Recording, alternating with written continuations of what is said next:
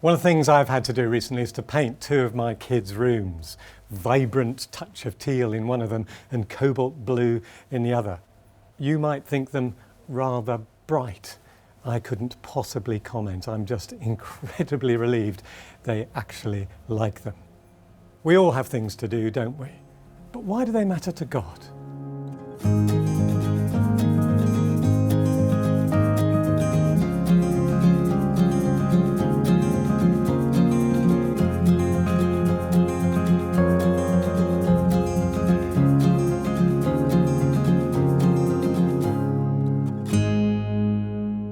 We all have things to do, whether we're employed or unemployed, whether we're students or retired, whether our Frontline is our sports club or a charity shop. There are spaces to tidy, calls to make, as well as bricks to lay, goods to sell, machines to fix, reports to write. Do you think any of this actually is important to God? Do you think any of it could somehow be part of His glorious, universe-transforming purposes in time and eternity? Get real. But the Bible is crystal clear. Here's Paul writing to the Christians in Colossae, and in chapter 3 he says this to slaves: whatever you do, whatever you do, whatever you do, whatever you do. Now, what precisely has he left out?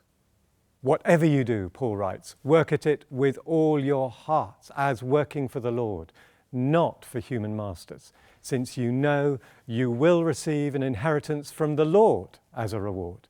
It is the Lord Christ you are serving.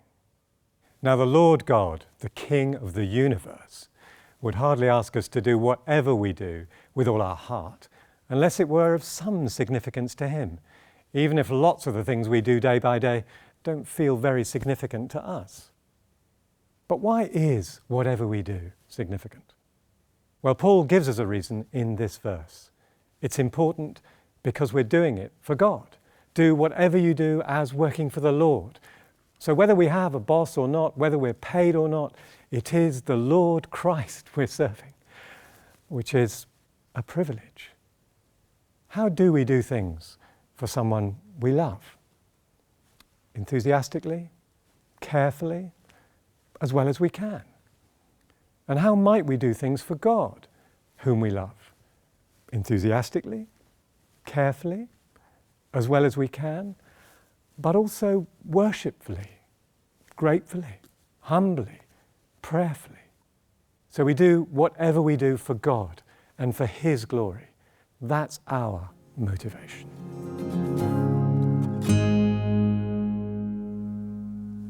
I wonder, what's God's purpose in this? Why are these tasks important to Him? How do all these little things that we do fit in with His big purposes in time and eternity? Keith is a decorator in Bolton. He's been self-employed for 25 years, changing rooms, changing houses. And for the first 10 years of his life, I don't suppose Keith would say that he really involved God in his work much at all. He was just doing it to earn the money. Then one day he had a car crash. The car completely flipped over, and that caused Keith to reevaluate his relationship with God. From then on, he had two aims: to earn money and to give money away to his church and to charities. And it was like that for 12 or 13 years. Then one day, after a talk in church, a light bulb went on in his head, and he suddenly realized that when he's decorating, he's helping other people lead the lives they need to lead. He's helping a woman with a sick husband because she simply can't do the decorating. He's helping an older man who can't do the DIY anymore. He's helping a family with a disabled child make the kind of home that really works for them. He's serving God by serving people. He's not really doing anything very different in the actual work, but it totally changed his mindset. As he said to me, I'm not working for money anymore. I'm not working to give money away to the church. I'm doing it for God. That's my service. And it's totally transformed my life.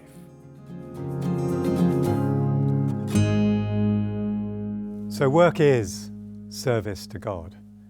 Work is a gift God has given us so we can serve other people, whether we're paid or we aren't paid. You stack shelves with the label facing forwards so the right product is clearly seen. Thank you. You empty our rubbish bins rather tidily so that we don't become a fast food restaurant for the local foxes. Thank you. You make a computer that's easy to use. Thank you, thank you, thank you.